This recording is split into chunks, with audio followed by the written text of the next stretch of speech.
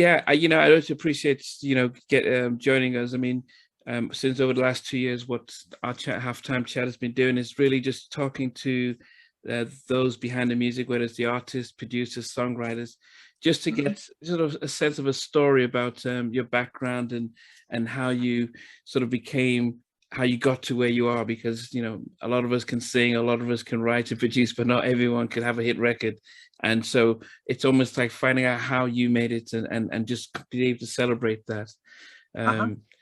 Now we do have an international audience, so I always used to start off by saying, so where were you sort of born and raised? I'm from Greensboro, North Carolina. I was actually born in Poughkeepsie, New York, but grew up in Greensboro, North Carolina. That's where I really started started getting into music, really, in North Carolina. Okay, and now I think I did. Did you know the Haley brothers or? I didn't. They're from Charlotte. Okay. I love them.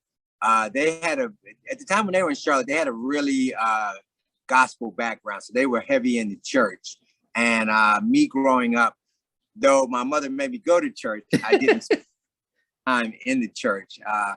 Our church was a Methodist church, and we didn't necessarily have those choir. Our choir was like a chancellor choir, so it wasn't exciting as seeing Casey and JoJo singing. So it wasn't exciting. Okay, but then growing up in Greensboro, then how did you get inspired by music? Well, probably my dad's record collection. Early on, when I spent my first couple of years in Framingham, Massachusetts, with my biological dad, he played a lot of James Brown. He turned me on to the Jackson 5 very early on, so watching them and listening to their albums.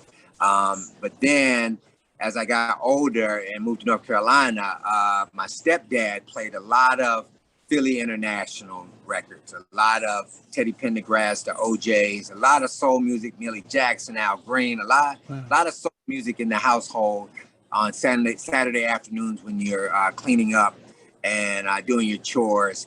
A lot of Ozzy Brothers riding in the car. So I really got introduced to soul very early on. And then as I got into high school, hip hop came on the scene and changed my whole life. Okay. Just for people to know timelines, which hip hop artists came on the scenes when you just got inspired? Well, let me go back just a little bit before that. So I went to a private school. I was like the only Black kid in my private school for the first my life. So I was getting exposed to a lot of classic rock, a lot of Wings, a lot of Led Zeppelin, just a lot of classic rock, Paul McCartney, all of that stuff, just a lot of classic rock. And then coming home on the weekends, listening, or during the afternoon, listening to a lot of soul music on AM radio. And then my mom would play a lot of,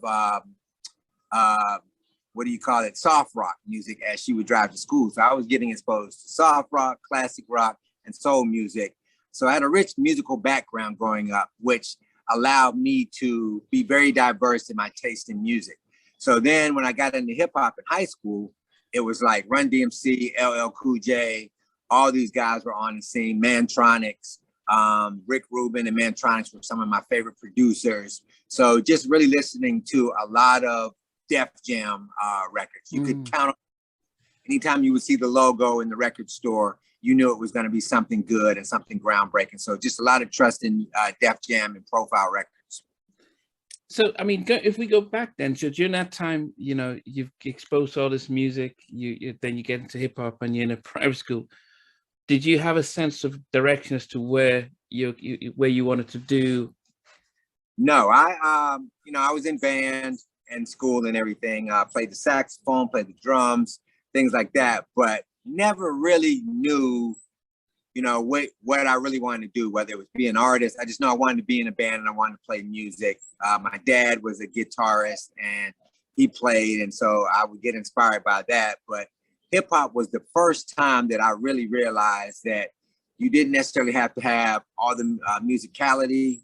You didn't necessarily have to go into a recording studio to actually make a record. And it was really just understanding that rich history of music on which records to pull from and to sample from, because I had heard all these records.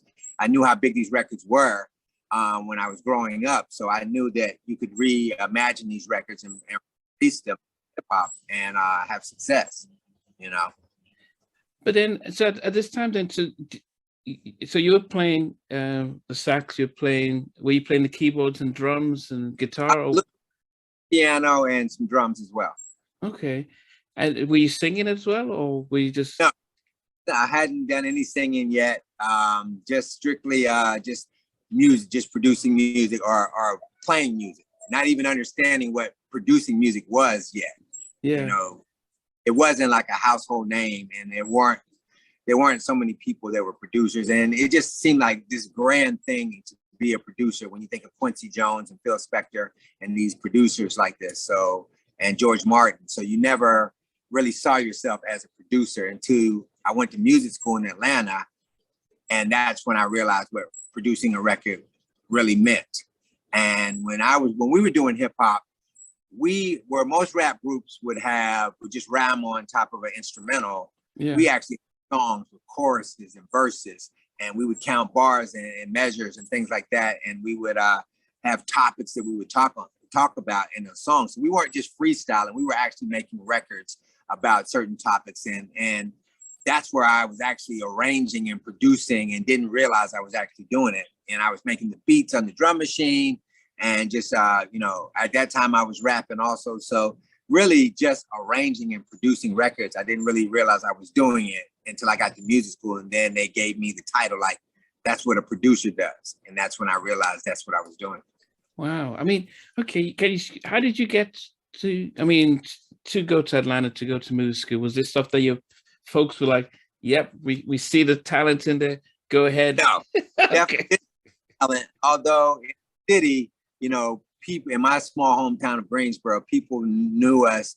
They knew that I was doing music and things like that. But of course, to your parents at that time, they don't think hip hop is going to really be anything. Yeah.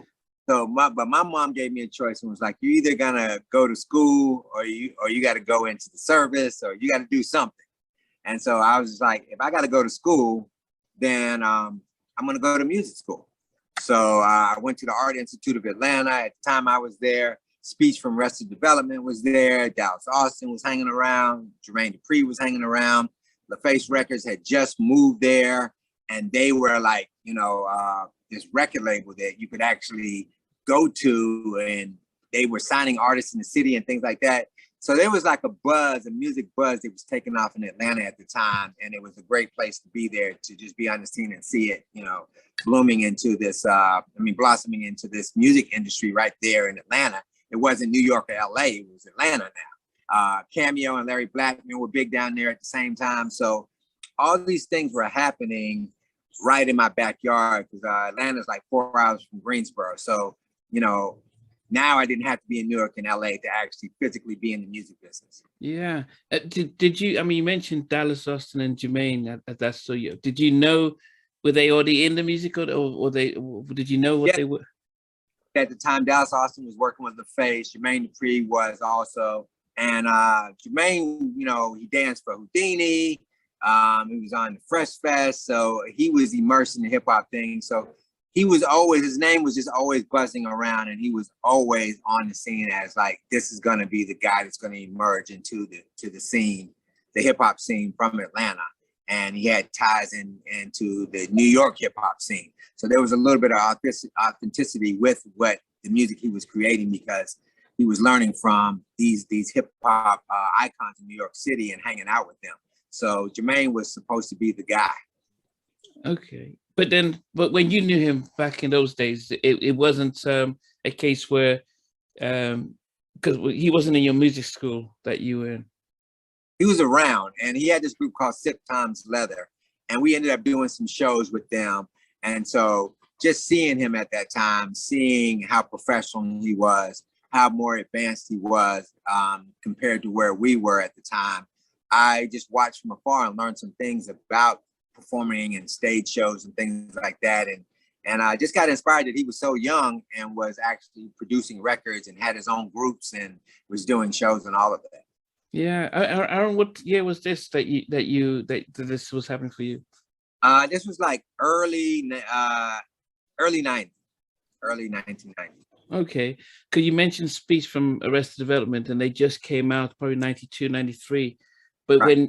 but was he in you at this university with him? Because I know I spoke with him, and he moved from Milwaukee down to Atlanta. Yes, he was, and I couldn't really tell if these guys were actually in the school or they were just hanging. See them from time to time, and people would talk about they were on campus or in the building, and it was just like a place where all of these music people were coming at one time. Wow. To fly to school. So it was either Full Sail down in Miami, or it was Atlanta, or it was in Berkeley, or any of those schools up there. But Atlanta was the one where everybody was coming that was in the area from like North Carolina, South Carolina, Alabama, Georgia. Everybody was coming there. And they had a fashion school in there also. So you were being introduced to fashion, you were being introduced to art, and you were being introduced to music. So all of these creatives were all in this same hub. And so you just got inspired so many different ways, just being on the scene and just hanging out. Yeah. So what do you think you learned the most from being at the school? Because at least a lot of people would nowadays, I don't know how many producers actually go to a school to learn how to be a producer. I think they do it. They probably get a drum machine, do it from home and stuff. But what did you learn by being at uni? Just actually that it takes a team to make a record. I really understood. We studied Phil Spector and the Wall of Sound. Okay. So we studied Quincy Jones. So just really understanding that the producer is the mastermind behind the whole, or the visionary behind the whole record. And I had never really looked at myself in that way before. And I kind of liked it because you can control the vision. And once people saw confidence in you and being able to articulate that, because that's the most important thing, is being able to spot talented, whether it's a songwriter, whether it's a musician, whether it's an artist, and being able to articulate that conversation, whether it's using psychology to bring the best out of them, whether it's understanding which ones were the best songwriters or which ones were the best musicians, and being able to speak that language to them, whether it's a guitar player and you're explaining to him the difference between how Santana plays guitar and how Prince plays guitar, and being able to say, this record needs solos like Santana, and being able to call that out, and them understanding that and being able to give you that same type of feel. So it's just more about just really studying. I got turned on to a lot of different producers and musicians in school from the past that I really studied their styles, and just made me really learn to really study more, study great producers and musicians and artists from the past and pull from them. So around that 90s, so we had the era of the sort of three super producers. That was Jammin' Lewis, LA and Babyface, and Teddy Riley. What did you pick from those three sets of producers? Oh my gosh. Well, for Teddy Riley, it was just his ability. Every time he would just knock it out of the park and come with something new and innovative, and how he mixed the hip hop beats from the streets with the R&B, and completely changed the sound R&B music, as well as his ability to his James Brown collection. Like, he really studied James Brown a lot, and he was really great at taking something from a James Brown record and incorporating it into hip hop and making people feel it. And he was just really great at that. When in terms of Jammin' Lewis, of course, they came from the Prince family. So I really loved what they were doing. They were very musical, and I loved how they could put their signature sound on Janet Jackson, which is the reason why she blew up, as they were able to put a sound on her that was uniquely her own sound. So I love that about them. And LA and Babyface, just the songwriting of Babyface, it still blows me away today when I hear records that he wrote, that I can just hear it. I almost can hear Babyface doing the demo to these records, because whoever is recording those records, whether it be Bobby Brown or Tony Braxton, I can hear in the way that they're interpreting the records that it's so signature in his writing. So it's just a great time to see those producers come to the forefront and really change the sound of Black music at that time.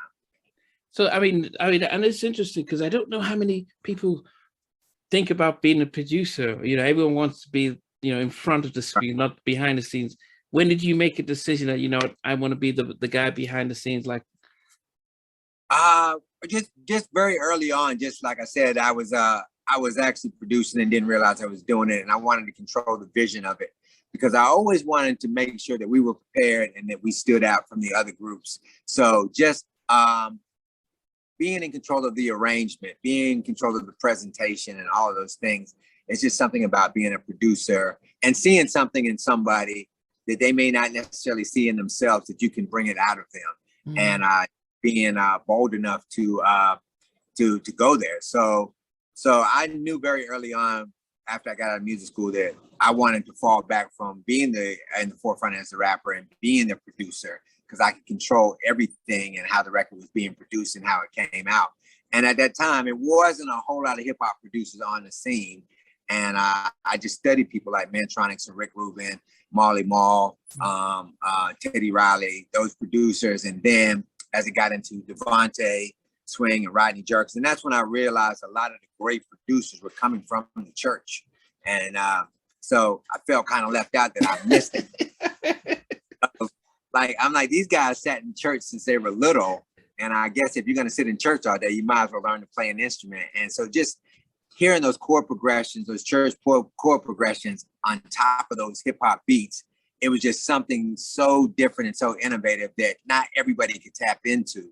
And it made it just so unique. And that's why it blew up. Yeah. But then, so how did you get your break then coming out of college? So what we did is we had an independent record label in North Carolina called Payroll Records. And we were able to get, because the owner of the record label was from Harlem, New York. He knew Red Alert, he knew Marley Marl. So we would go back and forth from North Carolina to New York, and he was able to get our records played on the radio up there. And you know, at that time, New York radio was like very segregated. They would only play acts from New York City. So played coming from North Carolina, you know, it was a whole different thing. And it was groundbreaking at the time, because anything from DC on down was really like Luke Skywalker, 808, very up-tempo hip hop. Yeah. But we did a lot of the hip hop we were hearing in New York City, because the DJ that I was with would get these Red Alert and BLS mixtapes, because he had a cousin that lived in New York. And so he would send him these tapes, and we were just hearing all of the innovation and hip hop that these guys were doing. And we emulated that more than we emulated the South, because not only did they have the beat, they had the rappers that were very lyrical at the time. So when you have a combination of lyrics and the beats, the way that they were sampling and using these records, it was just a real hard street vibe that we were really into, that was different than what was going on in the South. So we were getting our records played up there, and it just gave me the confidence that you could actually get in a car and go to New York City, and next thing you know, you're in the studio, or you're in a meeting, or at a record label, or you're in a nightclub, and you're running into all of these people that you're hearing their records on the radio. You see them just moving around Harlem, Brooklyn, or just in the city moving around, and you're running into them. And so it just gave me the confidence that we could go to New York City and make something happen. And after that, a guy by the name of Sincere Thompson used to let us crash on his couch when we would come up. And he worked at the label. He did record promotions. And so he knew all these people. And so we went to the Hit Factory one day, which is where everybody hung out. Hit Factory on 54th Street was Puff Daddy had one of the rooms locked down, or Diddy had one of the rooms locked down. Rodney Jerkins had one of the rooms locked down, and Devontae and Jodeci had the other room locked down. So if you just hung out in there, Tone and Poe from Trackmasters would be in another room. Wow. If you just hung down there, you would see people coming in and out. And we were there. And Sincere said, when you see Un and Biggie, just tell them that I'm a friend of yours, and they will let you come in and play your music for me. And that's when I met Lil Kim and Biggie, and I played records for them, and that's where the Crush on You record was born. Okay. I mean, Biggie was the biggest hip hop artist, you know, around. And Yeah. it was pretty much, he just said, look, just tell Biggie if you see him. I mean, he must have had all these people around. I mean, was he just, yeah, no problem, come on in? Or Well, it was actually his partner. okay. Ran on Junior Mafia and Lil Kim. And so basically, he knew and and Biggie were partners in their label. And so when you see one, you see the other going into the studio. And so I spoke to said, come upstairs, and we played the tracks for Biggie. Biggie was basically executive producing the album and selecting all the tracks and writing and all this stuff. Mace was writing at the time. Cameron was writing at the time. So just being in the studio with Biggie, being in the studio with Mace, being in the studio with Cameron, all at the same time, creating records for Lil Kim, it was just like the time of my life. I couldn't believe that this was actually, so that was my first real break into the music business. So you did, was Crush on You the first thing that you did then? I had produced some other records for some smaller artists, but Crush on You was really like the first record that just really took off. And I did the record, and I went back to North Carolina, and maybe a few months later, I was hearing it on the radio like every single time I would get in the car. And so that's when I knew, like, oh, this is like the moment, that it's really happening. Yeah. I mean, at this point, because you guys went going back a little bit, you went to music school, and so what did they teach you? Did they teach you about being in the studio, or did they also explain publishing and I mean, when you're a young kid, all you want to do is just make music. So you're not even really paying attention to the music business that you're actually. So a lot of which later on came to bite me, but at the end of the day, it was just more about just being on the scene more than anything. I didn't really start getting into learning how to produce till I moved back to North Carolina, when we were actually making records and going in the studio and making records, and then understanding pre-production at home and how to do all of that, and then going into the studio and laying it down and mixing the records and things like that. So we were putting out independent records at that time. And so that's when I really, really honed in my skills producing, because at the time, our record label, we had Supreme Nobborn on there, we had Entice on there. So all of these records were getting played in New York City. And I was basically the house producer for Payroll Records at that time. So I was producing everybody on the label. So when you're doing that much production, you're learning as you go, and you're getting better and better at producing records. But then even the guys at Payroll, are they teaching you about, points and no. And at that time, you're so immersed in just your artistry, you're not even really learning the business side of it. And it's more or less like, let's just all pitch in and just figure it out, get there. And we didn't, of course, all that stuff came up so much later. Once I got the Crush on You record, then I had to get a lawyer. So now I'm starting to read contracts, producer agreements, understanding what royalties are on publishing. I got a publishing deal with Warner Chappell after that. So now you're starting to really understand how the business works. You're starting to see royalties and things like that. But Crush on You was really the first record where, okay, I got to really pay attention now, because now we're talking about the actual business of the music business and really understanding what that means and how important that is. Yeah. What did Crush on You then do for you? I mean, I know when you got your publishing deal, but then how did that, because that was a big track, even those who weren't into hip hop, that was one of their big tracks. Were people looking for you then? So who's the guy who did Kim's record? Yes. Now at that point, everybody is trying to find you because they're trying to get music like that. Matter of fact, a bunch of people that I played that track, because I had that track for like 2 years before I even sold it. So I had played that same track for a bunch of different A&Rs, and they would call and be like, I need a track like that, Crush on You. I'm like, track like 2 years ago. I didn't necessarily have the vision. They see it after it's completed, after, Biggie had, got on the record and got Kim on the record and things like that. So they see it after the fact, but the record blew up, and everybody is trying to find you. You're getting offered production deals. People are putting you in the studio and giving you producer fees to produce records. And at that time, all I did was record shop and make beats all day. So I worked third shift at a hotel. So by the time I got off at 7 in the morning, I'd sleep to 12, and I make beats all the way until 11 o'clock the next day on the SP1200. And you're just record shopping and making beats. You're getting turned on to jazz, you're getting turned on to classic rock when you're record shopping. You're studying the people that are playing on these records. So you're finding artists that that went on to do solo records outside of James Brown's group. CTI had all these jazz artists on, like Bob James, and then you would find everybody that played on Bob James's records, and you go find their records. So I was really getting a good education into, you know, all of these people that played on the record, and studying all different genres of records. So all they would do is just make beats. So anytime people would call me in to play beats to shop for different artists, I had an arsenal of tracks, and we would go up to New York like every couple of weeks for like 4 days, 3 or 4 days when we were off for work, and take meetings and shop tracks. And so that's how I ended up placing a lot of music. Wow. I mean, which are the other ones that you really placed that during that time? So Eli Davis, who's Hamilton now, is a friend of mine, and basically Eli Davis was Anthony Hamilton's manager, and at the time he and I were best friends and roommates, and so we worked together, and we just hit the streets after the Crush on You record blew up, and we ended up getting to Will Smith, and we were on the big Willie Style album, which was his 10 million seller, which was unheard of for Will Smith at the time. We ended up in Beyonce,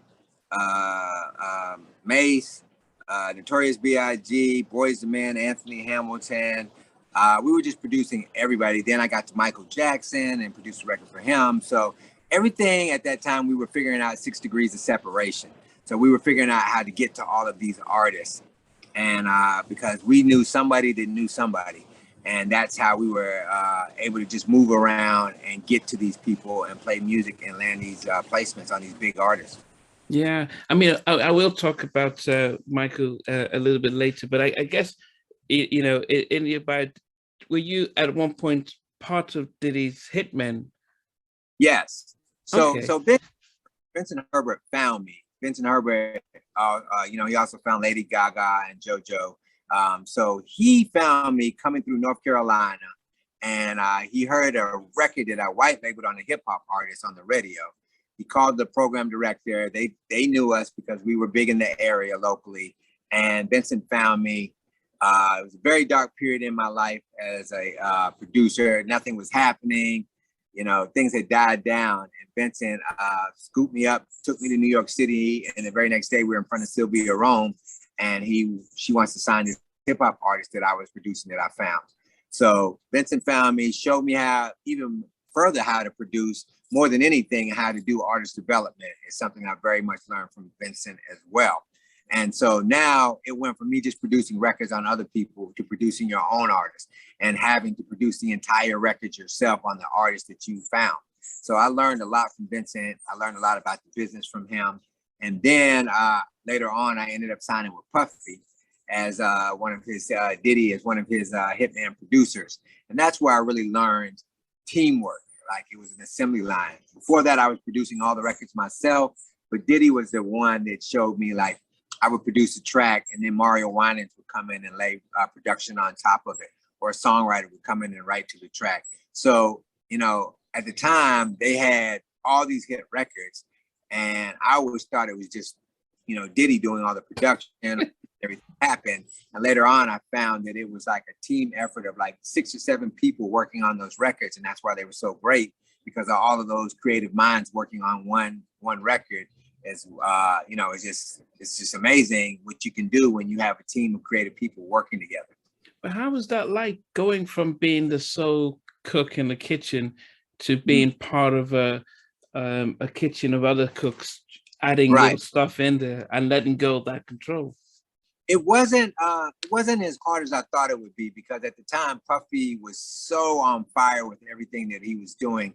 I trusted his judgment and his vision for where he wanted to take just this track that I made and add all of these other people to the song and other elements to the song, and it would be a hit record. And he was just, everything he was touching was gold at that time. So I trusted his vision, and it was just interesting to see a different take on how they saw my music and what what they wanted to add to it to take it even further. Can you give us an example of a track you did that others joined into? Okay, so I did this record called Get Ready for Mace, which was his first single off his second album. And I had sampled Shalimar, Night to Remember, and I had slowed it all the way down. So it was more of a lyrical record versus just a party record, right? And so when I gave it to them and I laid it down, when I came back in the studio, they had sped the record up, added, you know, sounds and keyboard stuff around it and chords and stuff and lead lines around it. Blackstreet came in and sang the hook on it. So by the time I'm hearing the record, the vibe has totally changed the record. But I understood, like, if you can get your record played on the dance floor, you know, then you can get your music out there. Everybody can hear it more often than just, you know, buying the CD. So the fact that he took it from just a slow lyrical version of the song and speeding it up where you could actually dance to it, now it changes the whole view of how big the record can be, because now you can play it in the party.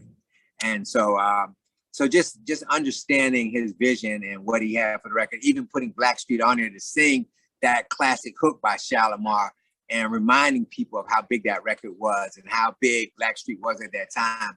So just understanding how to add those certain elements to make it a hit record versus just a song on an album, you know. I mean, it's the lead single of his second album, so it's always going to be a big hit. But when he's bringing in Blackstreet and doing this, do you get involved with that part, or No?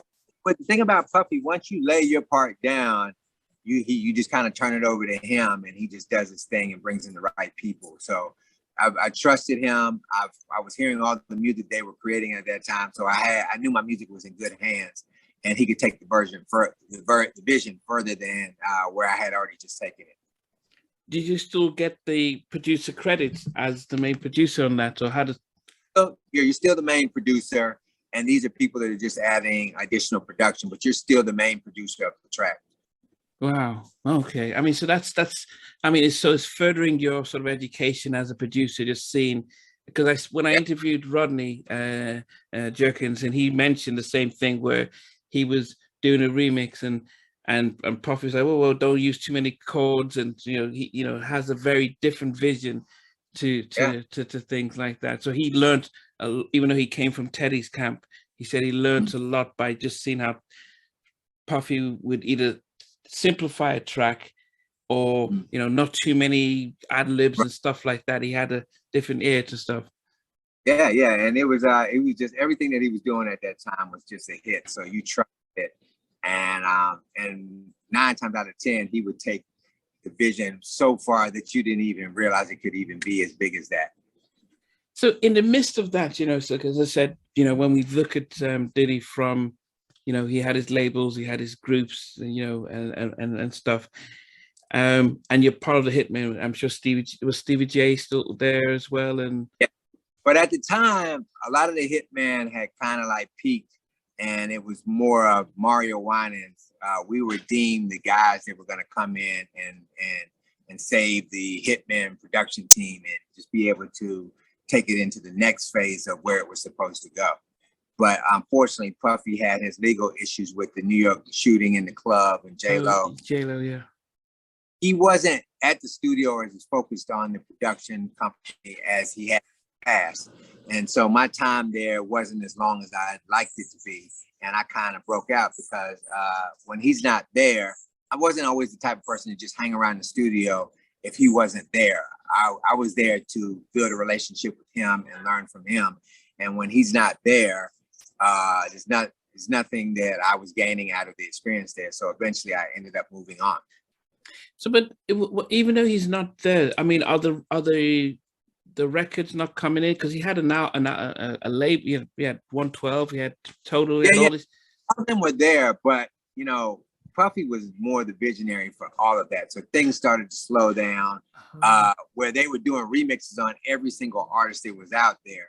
That had slowed down, so they weren't doing remixes as much anymore either. And that was really the main reason I got over there, is like I wanted my production to be a part of them always doing remixes on all these other artists, because then it puts you in a relationship with those artists outside of Bad Boy. And, so Bad Boy, they would put out maybe 2 or 3 artists a year, whereas if you're remixing for Bad Boy, the Bad Boy remixes, they're remixing every single artist in the industry. So now you're building a relationship with them that it extends outside of Bad Boy, so you can work with those artists in the future. And that wasn't happening. So, that's kind of why I left.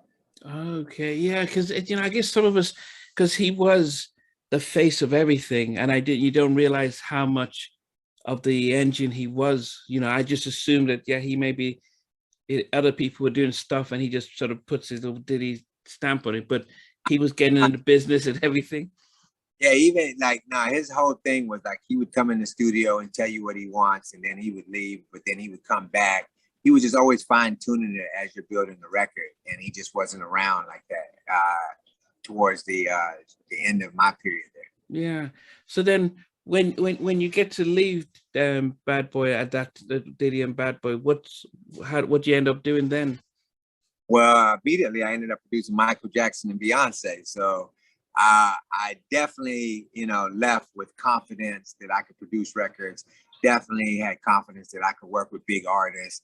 And immediately after that was over, I started working with those people, started working with those artists. And, that just opened the door even more that everybody wants to work with you if you're producing Michael Jackson or Beyonce and you're with them. I took them places that they weren't going musically. Beyonce was talking about intimate relationships with a man. She had never done that before in Destiny's Child. So this was like her introduction into her womanhood, and just being a part of that and creating a song like Speechless for her, where she intimately talks about erotic encounters or an erotic encounter with her man, is something that had never happened before. Michael Jackson, when he was doing ballads at the time, were doing the Heal the World type ballads, and then since hadn't done a ballad about a girl since Lady in My Life. So having him do Heaven Can Wait and talk about a woman again, you're putting him in a space that he hadn't been in a very long time also. So it was just a great time for me to create things and try to lead artists in a direction that I thought that they should go, that they had never done before or hadn't done previously or in a long time. Yeah. So, I mean, as much as I wanted to push it up, but so I've got, my top 4 songs. Favorite song ever is Lady in My Life. It's my favorite song ever. And then, it's a tie for 3. For second is Luther's A House Is Not a Home, Christopher Williams, All I See, and then Heaven Can Wait, Michael Jackson. And it is the song very as close to Lady in My Life as you can, because it is a side of Michael that we hadn't seen and heard in such a long time. I was living in LA, and it was on our radio, but they never released a video, and the politics with Sony. Now, it wasn't straightforward. It wasn't straightforward that you just wrote the song and gave it to Michael. What was the journey with that track? So I was working on, I got the track from Nate Smith, and I was hearing, as soon as I was listening to it in its rawest form, I was like, this reminds me of Lady in My Life, and which is one of my favorite Michael Jackson songs of all time. And so when I heard that, I was just like, who do I know that knows Michael Jackson, like really knows the intricacies of Michael Jackson and his harmonies and his arrangements and things like that and his melodies? And I was working with a guy by the name of Teron Beal, who's a songwriter. And through the conversations of working with him, I knew he knew Michael, so differently than anybody else that I knew. So I got him the track, and I had this conversation with him about Michael Jackson. And so he wrote the song, and then he went and found a vocalist by the name of Q from Charlotte, North Carolina, who could emulate Michael's tone.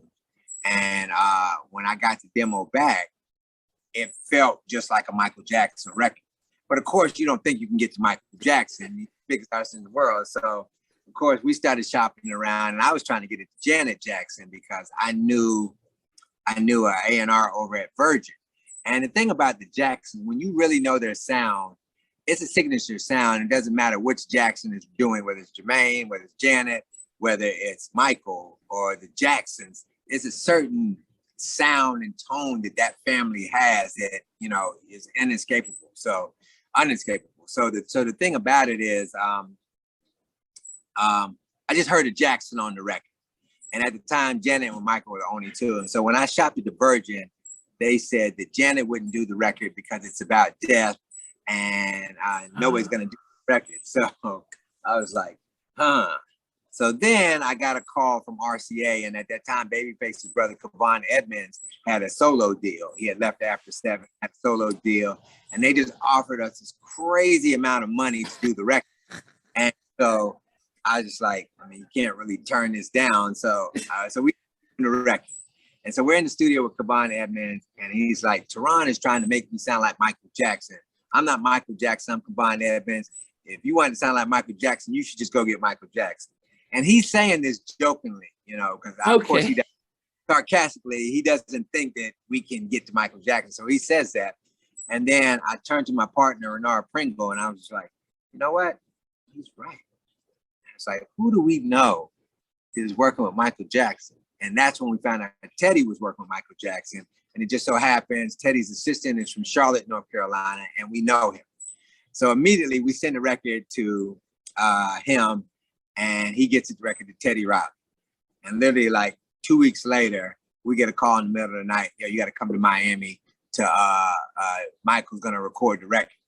And I was just like, what? I can't believe it. And the next thing you know, in front of Michael Jackson, and we're having a real sincere conversation about the record. And like as I'm talking to him, you know, he's looking you dead in the eyes. And it's just like halfway through the conversation, he just sounds like Charlie Brown's teacher. You can't hear anything that he said. like it just hit me. Like I was like, oh my God, this is Michael Jackson. Like I grew up watching him as a kid, and I don't know anybody on the planet that knew Michael Jackson and possible. And then the next thing you know, Michael Jackson's in the booth recording your record. And so it was just a very surreal moment. And at that point, it gave me the confidence, like if you can get to Michael Jackson, there's no artist on this planet that you can't get to. Yeah. And so it just gave me a lot of confidence, and it was just a magical moment. And I knew this record was special to Michael from what it was talking about. And I knew Michael could articulate that and interpret that in a way that nobody else could. So he ended up doing the record, and they ended up releasing it as the third single because it started doing well at Quiet Storm and on the radio. Yeah. But at that time, he had fallen out with Sony. So I can only imagine what that video would have looked like. Yeah. You know, record. So, you know. Yeah. I mean, okay, you recorded a version with Kevon. How did you just say to just leave what you were doing with him? It wasn't easy. We had to bring the lawyers in, and the publisher, who was also the A&R for Kevon Edmonds, he knew the difference between recording a record on Michael Jackson versus recording it on Kevon Edmonds. So he understood, and he didn't have a problem getting the clearance to record to release the Michael Jackson version of the record. Of course, Kevon Edmonds was very upset about it, but you know, I look at it like, you know, I mean, Kevon, it's Michael Jackson. So I also learned at that point that when you have a vision for a record for an artist, you have to see that vision through. You can't do anything in this business for money, because after you get paid, you actually have to do the work.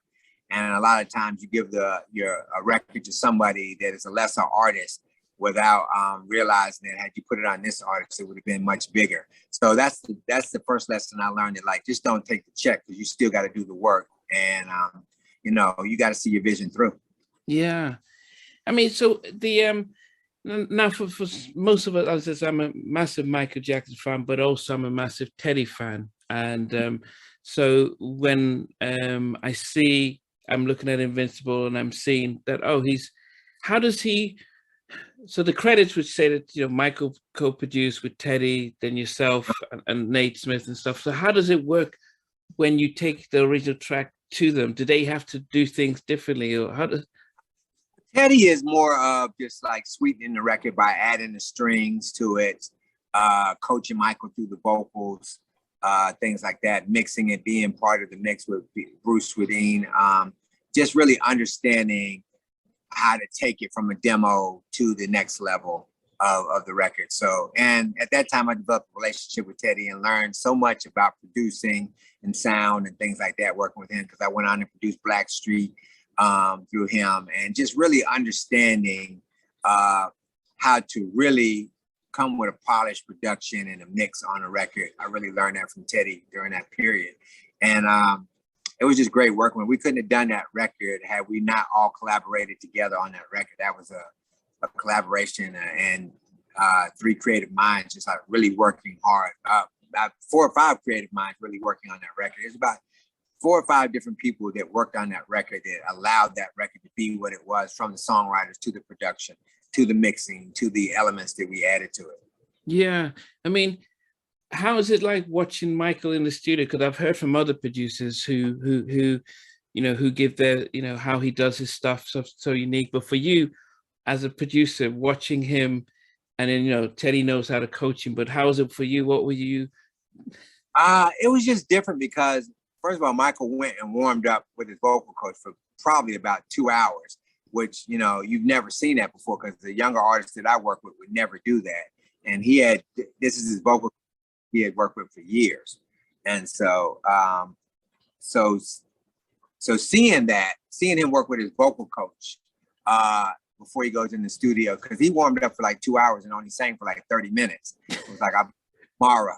So just really understanding his process. It was more about making sure that he was prepared to attack the vocals. And his main thing was, I hope I gave the vocals the justice that the demo did. He was so concerned about that, making sure that he captured the vibe of the demo. And he did, and it was great, and he really brought his thing to it. No, so you're hearing the greatest ever recording artist say he hopes that he, right. What does that sound like? I mean, hearing him being that humble about stuff like that. Just seeing how humble he was really says a lot about that and him, and just a very sincere person. Like when he came in the studio, there was a certain air in the room that you could feel, an aura that was going on that he wasn't of this earth. Looking at him and hearing his conversation and seeing the sincerity in his conversation and everything that we talked about, you just saw somebody that was just so different than anybody that you've ever met before. So he was just very regal, and it was just I've never experienced anything like that before. So he was just very sincere, and you could feel he was very genuine in everything that he was saying and everything that he was doing in that day. And so, I mean, the song itself, did you tell him that it was molded after The Lady in My Life? Did he know that was? I don't think he knew that, but I could tell that he may have picked up on that, because I hear that comment a lot about that record, that it reminds him of Lady in My Life. And it was just so magical on how that was my original vision of the record. And he was able to interpret that. And then when the record came out, people often reference that record of like, this is his, version of the newest version of his Lady in My Life moment again. Yeah. And so after you record that with him, is that when you went to do stuff with Beyonce and Dangerous Love, or how? Yes, I actually was working on a Boys II Men record, and a girl from the music school in Atlanta, she actually happened to go to the same school. So we sparked up a conversation. Is this a girl that just passed through the studio, and we sparked up a conversation about that, and she happened to be working for Beyonce. So she asked me, did I want to submit something for Beyonce? And I was like, sure. And so I gave her a CD of songs, of tracks, and I didn't hear from them for 6 months. And then out of the blue, they come to the Hit Factory tomorrow. You're mixing the Beyonce record. Like, I don't have any Beyonce records. He's like, oh, no, she wrote to one of your tracks, and it's going to be on the album, so they want to mix it. And so when I heard it, it was amazing because it was the instrumental track. But what I envisioned for the track again was what they were able to interpret and write about. And so it was just a very erotic track. And she was able to pick up on that and write lyrics with her cousin, Angela. And they were able to come up with this erotic vibe on top of the production. And so it matched perfectly. And so it was this love-making ballad that they were able to write to that track. And so it just amazes me, the power of music, how your music can be so strong that the vision that you have for it, people can pick up on that same exact vision and actually complete the song or write the song to it. And it happened with Heaven Can Wait, and it happened with this Beyonce record as well, Speechless. Yeah. Now, over the years, did you write and produce at the same time, or were your main focus on creating the music?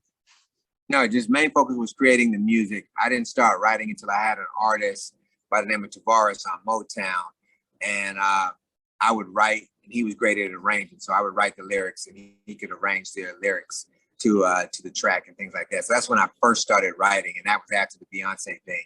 And then when I got into the artist space of Billy Lennox, then I was writing and producing everything, the track and writing the lyrics to it and everything. But so what did you see as the difference between what you were doing before, which was coming up with the music and the production, and then compared to writing alongside of that? Well, now I realize that not everybody can understand the vision of where you're going. So, Okay. you know, and Beyonce are special. So of course they were able to do that, but most other artists weren't able to do that. So when you're writing the lyrics to the track, now you have some say-so in the vision of what you really want to articulate in the song. And so that I was able to do that. So that's why I started writing more now, because I could do that. And I had an arranger that could arrange anything for you, you know? Yeah. Did Heaven Can Wait, did it open more doors for you? Do you think people knew? Yes, definitely. Heaven Can Wait and Speechless by Beyonce opened up a lot of doors for me. Everybody wants to take your meeting at that point, and they want to get production from you at that. But then I started focusing more on the production company and taking an artist, because being on those big albums like that, you realize there are bigger producers on those albums than you. And so though you may have a great song for the album, you know, with marketing, the record label, if they pay, you know, Rodney Jerkins or Teddy Riley $100,000 for a song, they're gonna probably go with their single because they've invested a certain amount of money into the production. So I kept getting in the situation where I have a great song on the album, but somebody else would get the single. So now if I'm writing and producing the entire project, now I know one of the singles is going to be my record. So that's why I started focusing more on the production side and writing and producing my own artists. Yeah. Did I hear something about the Fugees? Yeah, so I moved to New Jersey. I met the Fugees, and Dave Croswell was taking me to their studio called the Booger Basement in Orange, New Jersey. And so I think it was East Orange or something like that. And so I was over there programming beats every day for them as they were working on their album, but they didn't have their budget yet. This was the score. Yes, they didn't have the budget for the score yet. And so the executive producer that I was working with at the time told me, don't go back over there unless they pay you. And so I never went back. And when I never went back, they ended up taking a couple of tracks that I had laid down and started creating their own thing with it as well. So when you listen to Killing Me Softly, it's a beat, it's a bass line, and it's Lauren singing. And so that beat is one of the beats that I programmed while I was in the studio. Wyclef played the bass on it and Lauren sang on it. So it's 3 elements to the song. And I never went back. And then I hear the song on the radio, and all of a sudden I'm like, that's my beat. I was like, I produced that. And so I had the disc with the track on it and everything. Of course, at the time, you're very young and naive in the business. And so I had a lawyer that was working closely with Blackground, with Aaliyah and R. Kelly and all these people. And so she was telling me, don't sue them. We'll figure it out or whatever like that. And so I never went after them and tried to sue them for the record or went after trying to make sure I got credit and things like that. And even after that, Wyclef continued to try to work with me, tried to sign me, Croswell as well. And it's like, that was just a common thing that was going on during that time. A lot of producers were getting taken advantage of in those situations. And that just happened to be one of them. But I did learn from them that, like, when you get involved with producing a record, you have to stay engaged and you have to finish the record no matter what, and then make sure your business is taken care of. because that record ended up going on that app so like 30 million copies. That's still here today. Every time I'm in the grocery store or the dentist's office, so, but you know, at the end of the day, I'm just a vessel, and I was sent here to create music to make people feel something and make it have an impact on their life. And I know that record, whether I got credit for it or paid for it, I know that record to this day makes people happy. It makes people dance. It makes people reflect on a great time in their life. And so basically I did my job. So that's all, you know, that's what I'm here for, you know? Yeah. I mean, it was their biggest single. It was their song that crossed them over. And because before that, the main audience for the score were the urban market. And when that song came out, it crossed over to the pop market. The album then blew up, and everything subsequently from that track was the big thing. But unfortunately, it seems like a common theme that we heard from artists going through this business side. We didn't realize producers suffer the same fate. You don't have to further depress me by the impact of that record. No. Because I may be suing after this. But it's the actual, it's a creation. It's a massive, it's a creation. So it's not, Keith Sweat and Teddy did one of my favorite albums, Make It Last Forever. But they lost all their publishing, but they still created one of the greatest albums ever. Do a lot in my conversations with Teddy and him working with Gene Griffin. A lot of that happened. Those type of things happen all the time to a lot of people. And when you get on the scene and you get in the mix with everybody, you start hearing a lot of those same stories of people that did entire songs that weren't credited for it or got royalties from it. And it's really hard to sue a major corporation like Sony, and you have to have a lawyer that really believes they want to go up against a corporation like that. And they're always worried about their other relationships with Sony and their artists that they have and how it may affect them. So, at that time, if you don't have the right legal team, beside you, it's really hard to challenge that. Yeah, no, but as I said, that's the sad part of it. But I think one of the things that we do hope is that, because unfortunately, some of the artists who experienced these types of things went on to do it to other artists. It's almost like, well, they stole from me, so I need to steal from you, kind of thing. How did you make sure that you weren't going to be like, well, I didn't like what they did to me, so I'm not going to do the same to you? I just come from a place that my parents raised me with integrity, and I definitely know how that made me feel when I was taken advantage of. So I never wanted to be that type of person that would take advantage of an artist or a producer. My thing was that you have to look at yourself in the mirror, and it just doesn't feel right to do that to somebody. But I know a lot of these artists, a lot of these producers, they experience those things, and that's all they know.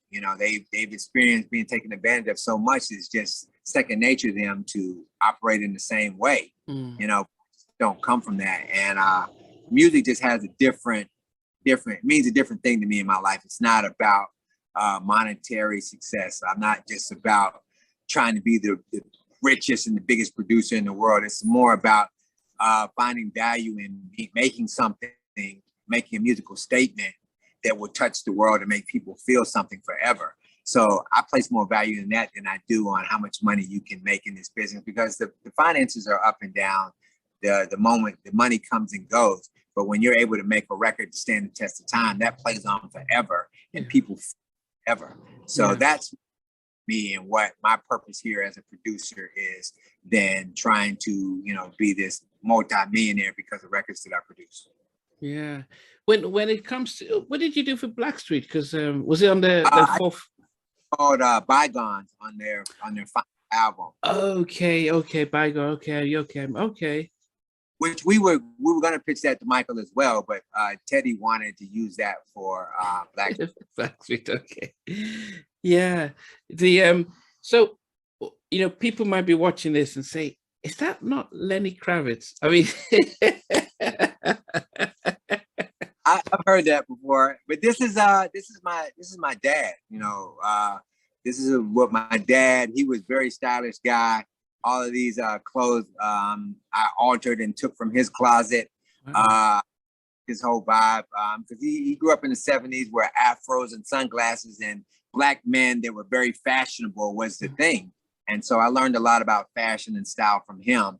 And Lenny is just the guy that encompassed that as well and was able to basically take it to a place where he's the face of that. But, you know, in the 70s, a lot of Black men were about style and fashion, and they were able to do that. But, you know, I get inspired by Lenny as well. But as an artist, once I come out, I'm sure people will be able to take a closer look and realize that we're similar, but we're very different in so many different ways. So, you know, but I applaud that. He's a very fashionable guy, and I like to consider myself the same thing. Yeah, I mean, so you mentioned being an artist. So have you transitioned to getting back in front of the mic? Yeah. Yes, during the pandemic, I sat still. You know, when you don't have everything is closed down and you're really just sitting still, I was able to write and produce music. And it started off with one song that I did by the name of Scars. It was my first single. And then after I made that, by not having to leave the house, I was just writing and producing every day. And I found a direction and a sound that I was able to create. And you know, Black artists doing rock and roll is very rare, especially, and it's crazy because we invented this genre of music. With Little Richie and but do it, we excel to, you know, iconic status like Jimi Hendrix, like Chuck Berry, like Little Richard, like Terrence Trent D'Arby, like Prince, like Lenny Kravitz, all these different artists. And here we are in 2022, and we've sort of been segregated from that space other than Gary Clark Jr. And so I just think it's a shame. And I love rock and roll because to me, the R&B and hip hop genre is so oversaturated with artists. I decided to operate in the space of rock and roll. And I think it's so liberating in that space. You can be it's a liberation of your sexuality and your fashion and your creative expression and your performance and all these different things that is just different. And I think if more Black artists see people that look like us doing this type of music, I think that they will find the courage to pursue that type of music as well. And so, you know, I just love rock and roll, and I just think that it's a shame that we're not able to express ourselves in that space as much as we used to in the past. So hopefully I can knock down some doors and get the opportunity to do that at a very high level, because when we do, like I say, we knock it out the park. Yeah, but when you're writing rock and roll, because I know that traditional R&B the theme used to be about love, you know, about relationships and stuff. You have hip hop is very much about money and Right. and showing off. Then you have pop, which is really about having fun and stuff. So, but when it comes to rock and roll, what's the direction with the lyrics and what's the story that's being told? Well, I just sing about love and relationships and the complexities of relationships. There's so many different things that happen in a relationship that you can talk about when you're doing rock and roll. Yeah. So, and you're not held to trends when you're doing rock and roll. You don't have to concede to that same cadence that you're seeing on all the R&B records that are out now. You can create your own melodies, and they become timeless melodies, because when you concede to that cadence that everybody is doing, it has a time limit and an expiration date on it. Whereas in rock and roll, the melody can be whatever. They just want a catchy melody, and that can go on in 30 years from now, and it can still be played and still be relevant and not sound dated. So that's the thing I love about it in terms of the melody when you're writing, and in terms of you get to do character when you're doing rock and roll versus always singing. You pick your moments where you want to showcase your vocal ability, but a lot of it is about character and attitude. And I think those things are interesting. And I've seen Prince do that. We've seen Michael do that. You know, all these different artists really express, even Mick Jagger is character. You know, it's being able to express yourself through character. We've seen it with Pharrell. We've seen it with Andre 3000. So that you can create character, and that's a lot more interesting than just hearing an album just straight singing through it. You have some songs that you do that, but you know, I think your album should take you on a journey. And when you're doing character on one record and singing on another record, it just makes it really interesting to listen to. Now, does rock and roll have a space now? Because when you think about where sort of the rock and roll band sort of got squeezed out when you had the grunge music that came through, and then since then we I mean, we here in England we do have a lot of groups like oh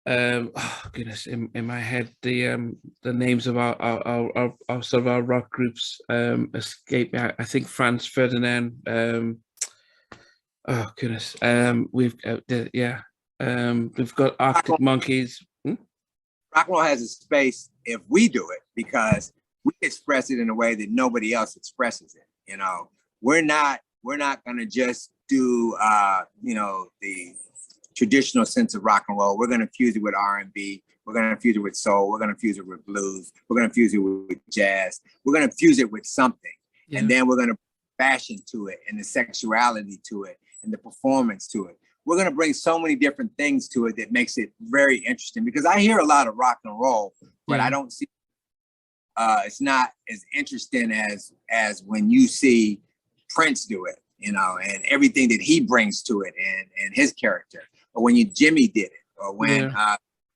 or when Terrence Trent D'Arby did it. When all these people were doing A Living Color, they're bringing so much to it that makes it so interesting that it's bigger than just a song. And right now with the rock stuff, I see it's more about a song.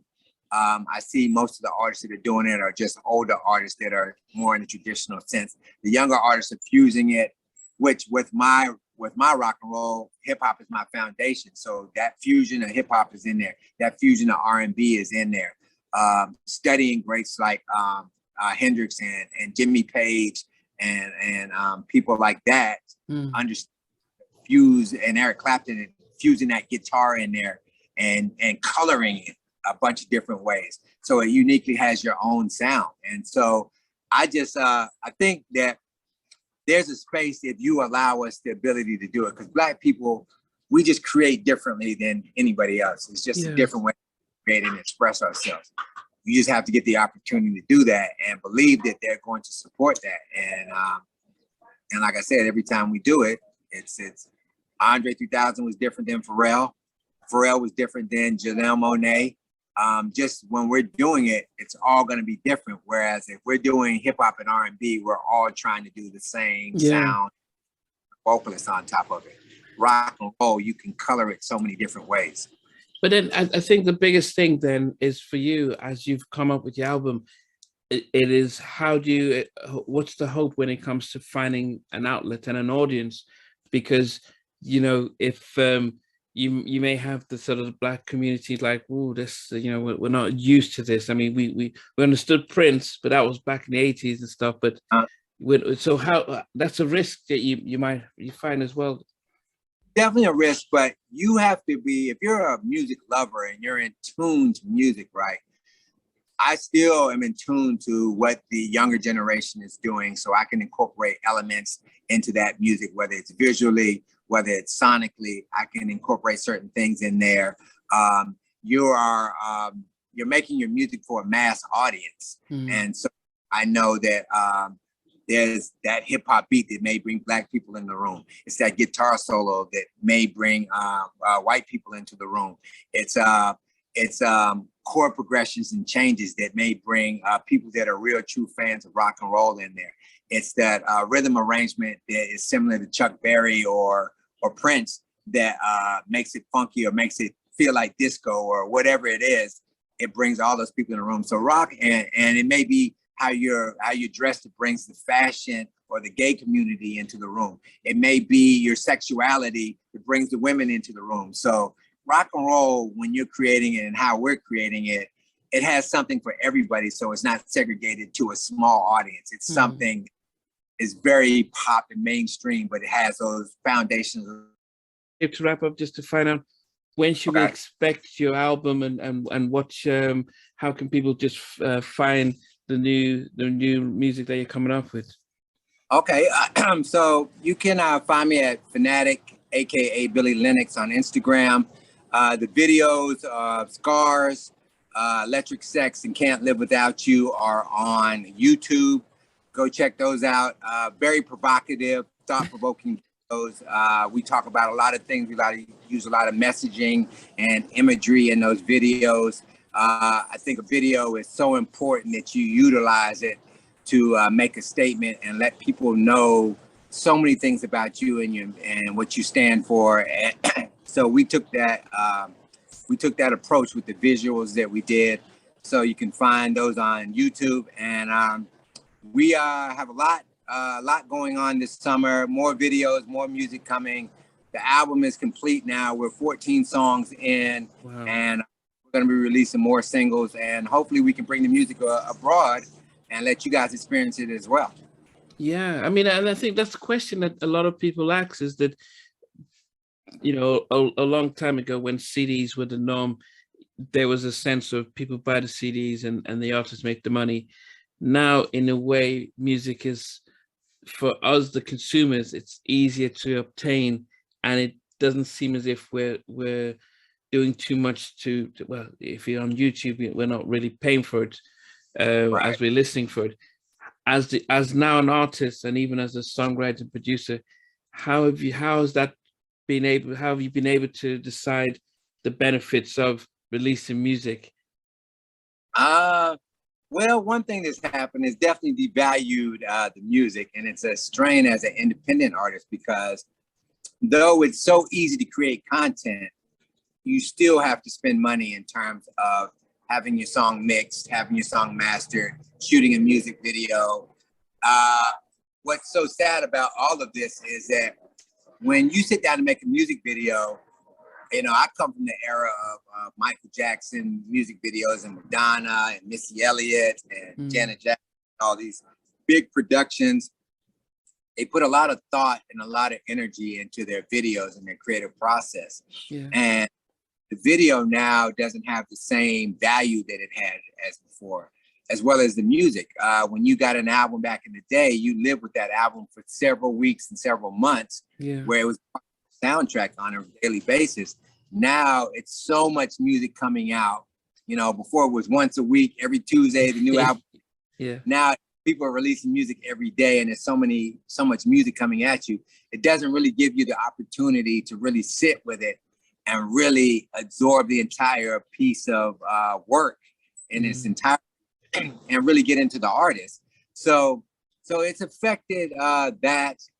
It's affected the visuals, all of these different things, and you have to spend money on these things. Yeah. So music is streaming for free. The videos are streaming for free.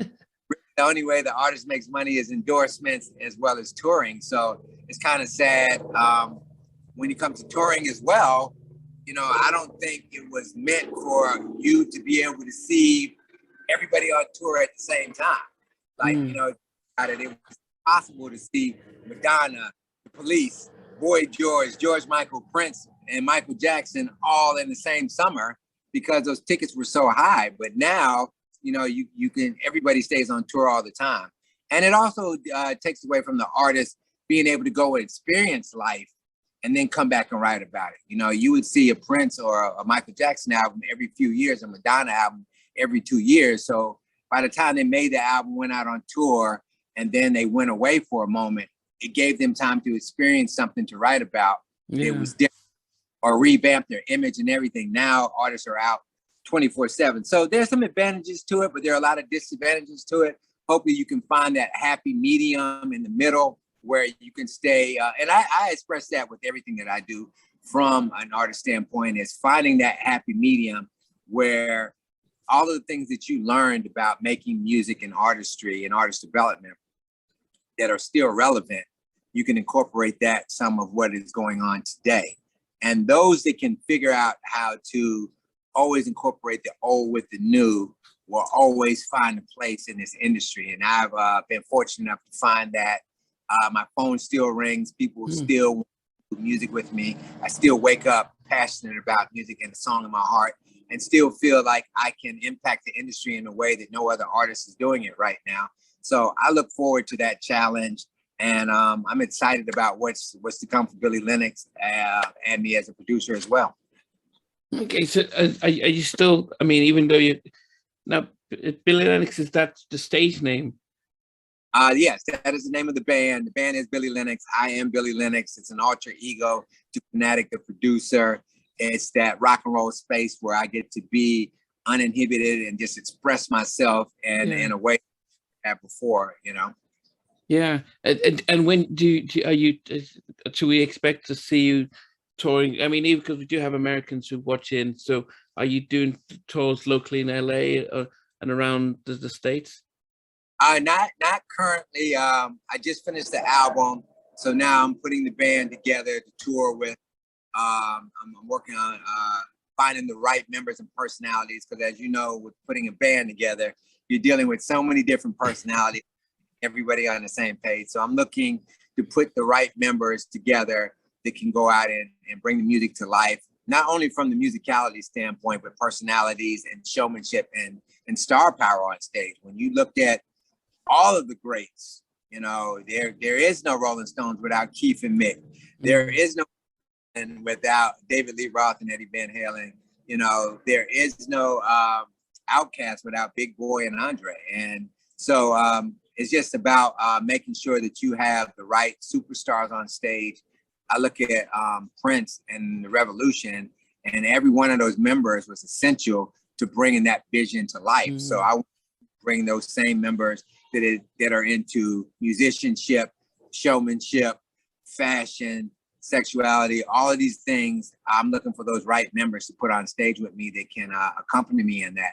So, so just trying to put the band together, learn the music, live with the music, bring it perform it live, but also I'm doing some film and TV stuff as well that will be mental and releasing that music is also. So big plans for the summer and as well for the fall. So hopefully we will be at a place that we can come to Europe in the fall because gained so much momentum here in the States with the project.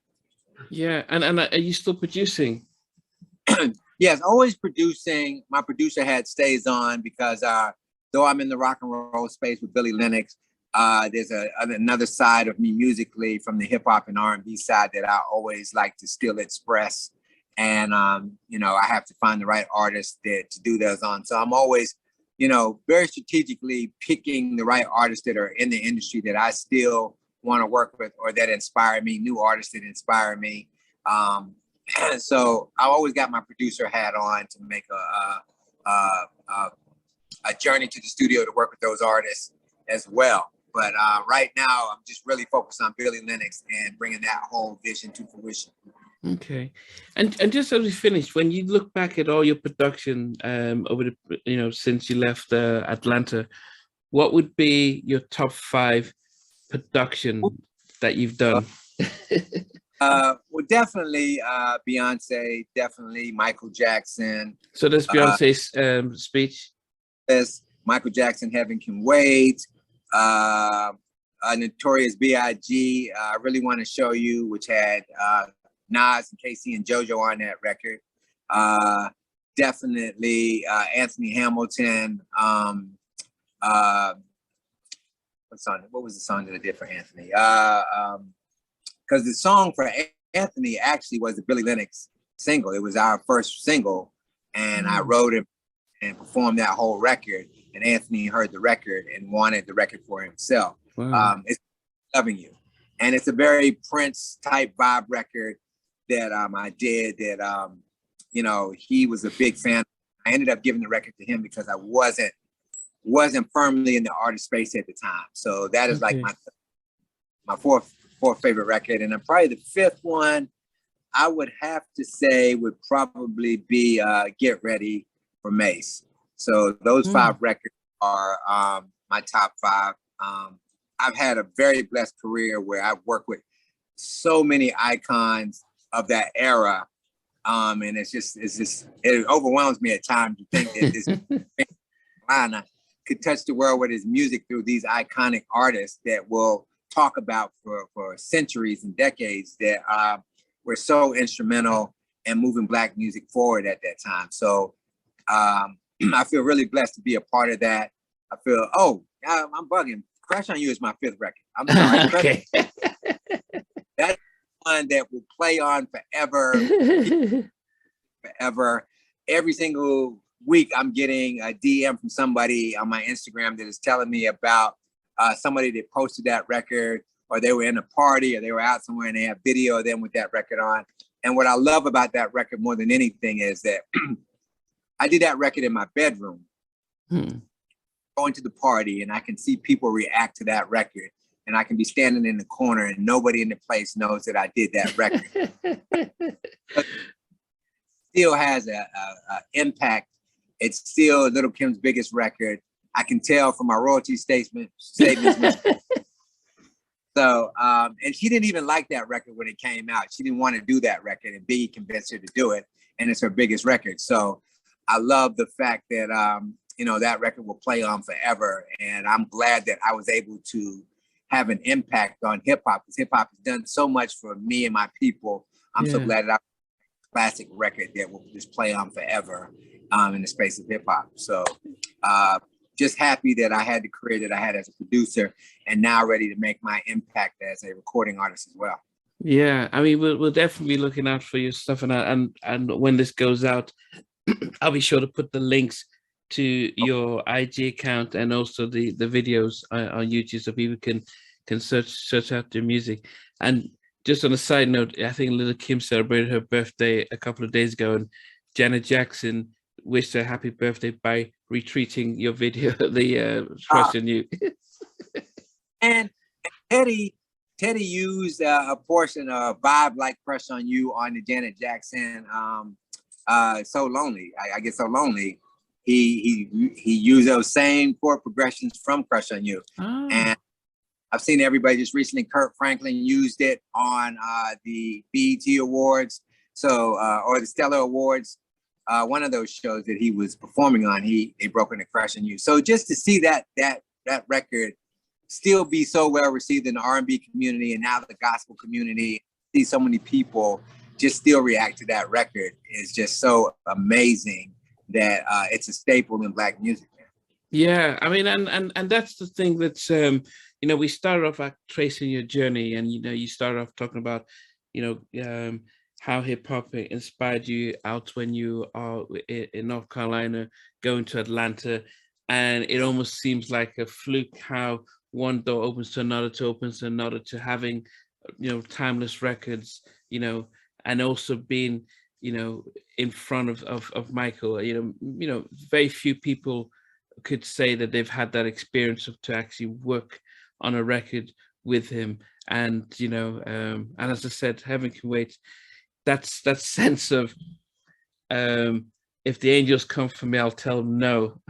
I don't want to leave my baby alone. That statement and his dedication to love with that record, that sentiment in itself, I can just only imagine how he would have interpreted that visually, and how amazing that would have been to see that. And it's just like I said, like you just mentioned, like sometimes we're always working for the next thing. We have I'm so glad that you're doing this show, and your journalistic skills are really good in terms of really pulling things out of us that we haven't really thought about in a long time, or even talked about, because of the fact that when it comes to us as Black people, we sometimes don't celebrate our legacies enough. And we're always, because we do things so easily in terms of creating, that we're so quick to move on to the next thing versus understanding how monumental these moments are, and they should be celebrated and talked about. And so we're always looking for the next thing. We rarely get to talk about this in retrospect. And so I often forget that I've done all of these things. And so I appreciate these platforms to be able to talk about that and revisit that, take a second to revisit that and be like, wow, I can't believe I did that. And, I'm still here. Yeah. So I think it's so important that we do that. And I appreciate you for that. Yeah, thank you. I'm actually a mental health therapist, and and so I treat under 18s who struggle with anxiety, depression, PTSD, and stuff. And I started this channel as a way of inspiring people who were feeling lost. So I wanted to get to hear the stories and celebrate, like see how they came from, from where they came from, ups and downs, and look at what they're celebrating. And yeah. So it's so important, and it's so needed that we are here to inspire each other and help each other get through it. And music is that tool that is a soundtrack to our day. It timestamps so many different things in our life, and it's so important. And I feel blessed because a lot of people have music in their head and want to express themselves and keep it out. We have a nonprofit called the Culture Pushers, which we actually mentor young musicians and artists and songwriters and singers, because you and I know so many people that have the gift of music, but get frustrated with the business side of it and lose their passion for music and stop creating. So it's so important that we talk about these stories of overcoming adversity and enduring, so that you can get through it and continue to do music. And that's the only thing that ever really saved me, is my passion and love for music, because the business is so shady at times. Yeah. Of losing your passion for music. So if you always focus on what it feels like to take something from your brain and breathe it to life through music and see people react to it, you'll never lose your passion for music. Yeah, and that's why, I go back to celebrating Killing Me Softly, is the fact that regardless of what other people give credit for, where it came from, and you celebrate your creation, and so that no one can take that away from you, even though they've not labeled it. It is still yours, and that if you could have made one of the biggest tracks ever, you could still make more, and that's yeah. And it's, we're all vessels here. I'm a vessel. We're all vessels that God is sending this music through me to touch the world, and I feel very obligated in that space and privileged to be able to express myself like that. So there's so many times you're not going to get the credit or the respect that you feel like you maybe do. But as long as you do your job and he understands that you're serving your purpose here, I think you'll still get opportunities to continue to do that. Yeah, I mean, just finally, your nonprofit. I mean, because I did see it, and so how did you come about trying to create this and stuff? I went home to North Carolina during the pandemic to watch over my parents. And when I went there, just meeting up with some people, we did a guest speaking engagement that I had been wanting to do for a very long time. And so many young creatives showed up, and it was such positive energy in the room, and they were so hungry for information. All of those situations that I went through in my life, between the Fuji situation, I had another situation with Aaliyah on the 1 in a Million album. I did a remake of Got to Give It Up, the Marvin Gaye record, with Slick Rick on it, that I didn't get credited for. Wow. And so when I look at those situations and many other situations in the business where things didn't work out business-wise, I realized I went through all of that so that I would have a testimony for these younger musicians that are coming up, that so they won't have to face the same type of pitfalls that I did. So it was all worth it in the end. It was for me to be able to have a story to tell them and to help them in their journey. So when I went home and I did that guest speaking engagement, I saw how they were receptive to it. So I was like, let's start an organization, because when you're not directly in the business and you are from a smaller city and you don't have as much access, you don't really know the business side. You just know how to create. I think a lot of those great artists needed help with figuring out the business side of it and navigating through the business so that they can continue to create, because they were really talented, but just were very green on the business side of the music business.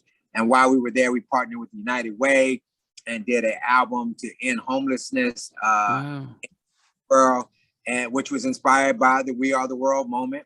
And I put 45 artists from the city of all different genres, all different ages together to create this album that we would donate the proceeds to the homeless out there. And it was just an amazing moment of music serving a greater purpose and people just coming together to make something happen and just creating excitement in the city. So that's what the culture pushers do. Now we're going to take it on a global mission and continue to serve and help artists keep their dreams alive and really try to express themselves through music at the highest level. Yeah, well, that's amazing. So the if people wanted to know more about that and even support, where can they go to get information? Culturepushers.org, and it has all of our information on there, everything that we're doing, everything that we've done. And you know, our biggest thing is music is so universal, so it's about all of us collaborating, working together. It's about breaking down those racial barriers and stereotypes and collectively creating something that affects us all, which is music. Yeah. Well, I mean, I definitely appreciate. I mean, it's inspiring to hear. You know, as I said, you know, it's always a good thing, especially with what you've experienced. That unlike others, you've not tried to do the same to others, because you could have just seen these talented young kids and like, okay, yeah, I can see money in you and stuff. But you're saying, what happened to me, I'm going to make sure it doesn't happen to you. So I mean, that's really commendable. And it might seem like common sense, but you know, in the business, we know that that's definitely very rare to see people like yourself do these sort of things. It didn't break me, but I've seen it break other very talented people, you know, having a situation like that go down, and then they just get so turned off by the business, they stop creating. So hopefully, you know, I can be an example to just keep pushing through. And those moments, there's another Killing Me Softly moment that is down the road that, you know, if you just, you know. Yeah, no, definitely. I mean, you still got to work with the greatest that's ever been there, and you know, created one of his most memorable tracks that he's ever done, and you know, that in itself is something that not many people, you know, he worked with very few producers, you know, Quincy Jones, you know, we had Teddy and Rodney and a few others, but not many people had, you know, made tracks like that. So, you know, you're in a selective category of people. Yeah. But that is true. It's true. It's very true. And you know, he did work with a lot of different people, and a lot of people didn't get to meet him. A lot of people may have shook his hand and said hi in passing, but to actually have a conversation with him where he's commenting on your music and you guys are having in-depth, sincere conversations with Michael Jackson, it's just like it blows me away how fortunate I've been. Yeah, and so I mean, and did you? I mean, have you ever had this reflection with your mom? Because when you think back at the time when you were at the crossroads about joining the service or go to college, and now, you know, Michael and all that stuff, have you had this reflection with her? You know, it's so crazy. It's like I could be riding in the car with my mom, and one of my songs would come on, like "Crush on You." My mom it doesn't even faze her. She doesn't even know that I created that record. Or I know that she's proud of me. I know she's happy. I know she can see the sincerity in my heart when it comes to creating music, and she understands I'm here for a greater purpose. And that's all that I care about, is her just understanding what I'm really here to do, and that she played a role in that by not, you know, by asking me to go to school and accepting me going to music school and supporting me as I went to music school, and just being patient with me as I go through this journey and just figure it out and get to that next level. One day I'm sure it will all hit her on everything that I've been able to accomplish, you know, and it'll come full circle. But I know that she's proud of me. I know that she supports me more than ever now, because she sees these things now with the videos and the music coming out and the conversations swirling around the hometown about what I've done. And she's very proud of that. So it was worth. Oh, and by the way, I meant to tell you too, when I was working on Speechless for Beyonce, Beyonce did the Grammys with Prince. And when she did Prince told her that this was his favorite, Speechless was her favorite song at the moment. He taught his band the entire song, and in rehearsals, they just went into the song in rehearsals and performed it for her.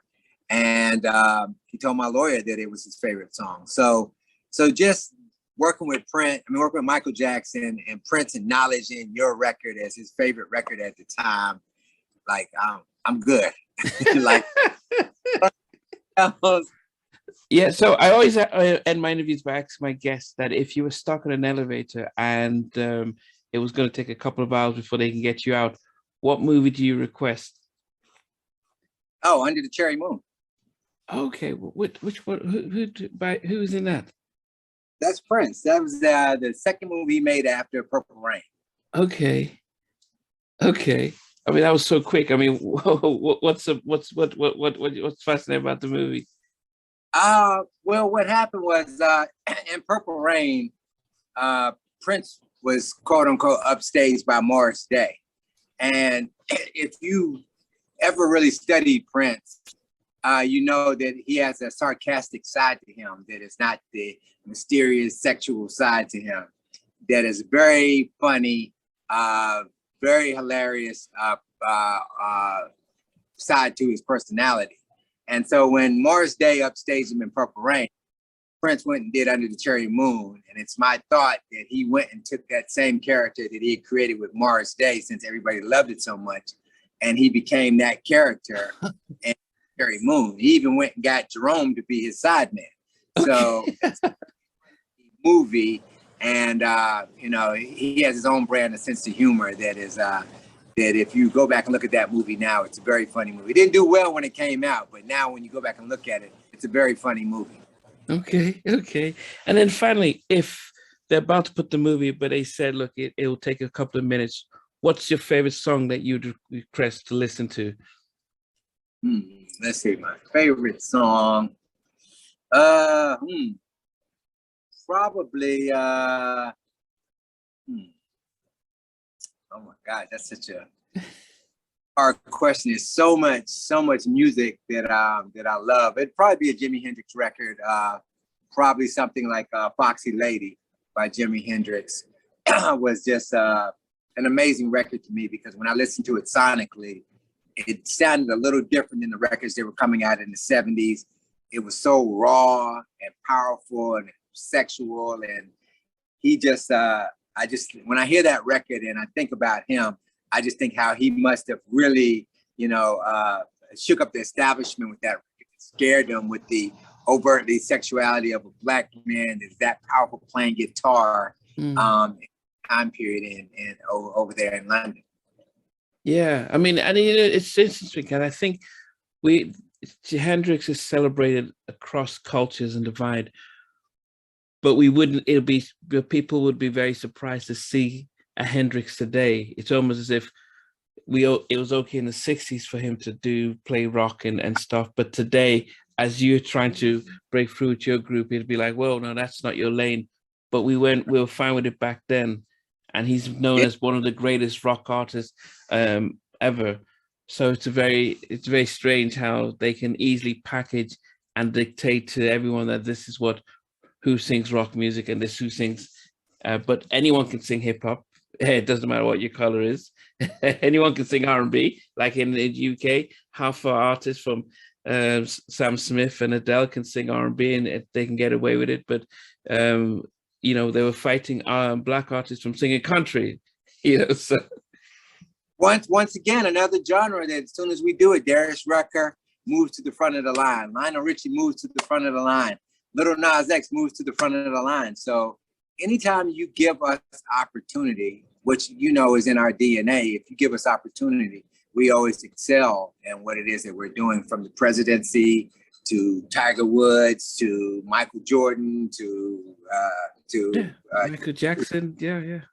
Everything that we do is just in our DNA that we become, we're really good at it. And so I just think that if more artists are able to express themselves in the rock and roll, because it's so crazy. It's like when we first did it, it was the devil's music. They didn't want it. Then Elvis did it and blew up, and they said they could make money off of it. So they started letting us do it. And then they brought in a bunch of white artists to do it. And they saw that there were more white people in America than anywhere else. So they kind of just took the genre from us and kind of moved us to the side and out of it. So I just think that if we saw ourselves doing it, and we knew that there was opportunity there to be promoted and marketed at the highest level. I think that the way that we express ourselves is so unique and so differently that I think it would be just as groundbreaking and just as big as any of the other party acts that are on these major labels. Yeah. Well, I mean, I've got to really thank you for your time. I know we had some technical difficulties here and there, but you've been great. I mean, hearing your story, your journey, and I think it's and the whole thing about these are really to inspire people that when you have setback.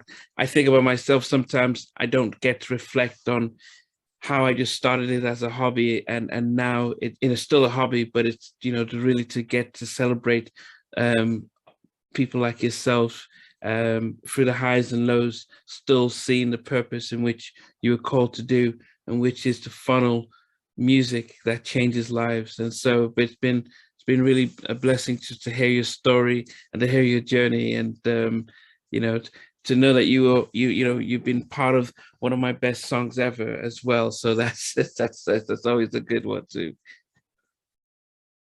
Thanks for watching. Please remember to subscribe to the channel, but most importantly to press the notification bell so that you can be notified when we do have a new interview. Loads to come, but thanks a lot for watching.